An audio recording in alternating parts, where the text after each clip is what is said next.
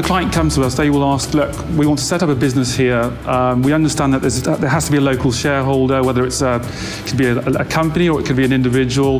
They will have 51%, or we want to set up a branch. There is a local involvement in a local service agent. How do we protect the business?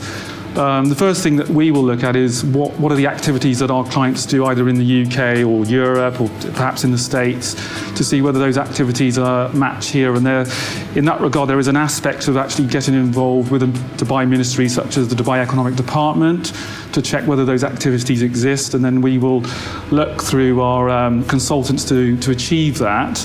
And then we will then give advice on the best structure on how to set up. It doesn't only involve what we refer to as the DD, but there are very varied ministries who are involved. So, for example, in insurance, we deal with the Insurance Authority. For veterinary clinics, we deal with the Ministry of Environment, which is a federal body, and all of that has to be licensed in terms of the structure as well. So it can be very, very complex for a client that comes here and essentially needs to sort of set up a business. But the first thing we will do is sit down with them and see what they want to achieve at the end of it, whether it's long-term goal, short-term to make some money and exit. Of course, there are other options such as free zones, which are companies set up, and the idea behind those, they're limited liability companies in free zones, not actually entitled to transact or operate business onshore. And the government ministries recently have got very much on top of that. So we've been really involved with advising clients how to set up branches onshore of free zone companies, which can be quite problematic, especially if you're sort of dealing with an Abu Dhabi setup, for example. So it's all sort of very interesting stuff. One example, for example, is we put an offshore arrangement where essentially that national shareholder, or whether it be a company or an individual, will hold hold the ownership as a nominee legally onshore, and that beneficial ownership will be held by our clients offshore through certain arrangements.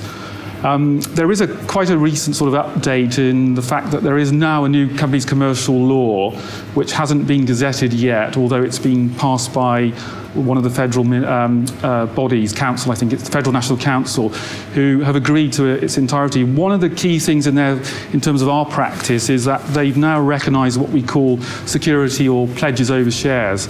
Now, the norm is locally here that you need a national, whether it's an individual company, and you would just give them 51% of the company as of right. There are mechanisms where you can put loan agreements in place and pledge security over that loan through the shares, and that's now been recognised to a large extent in the new companies commercial law. Although there is some argument between the legal world here that concept still exists at the moment, but that has certainty with the new laws, and we tend to advise clients around that, whether they want that option or purely an offshore option or purely a branch of a company. So if it's a branch, then they will have 100% ownership onshore, other than the difficulty with that is, of course, that liabilities go back to the parent company wherever it may be. So those are just some examples of the areas that we get involved with in terms of our sort of restructure work.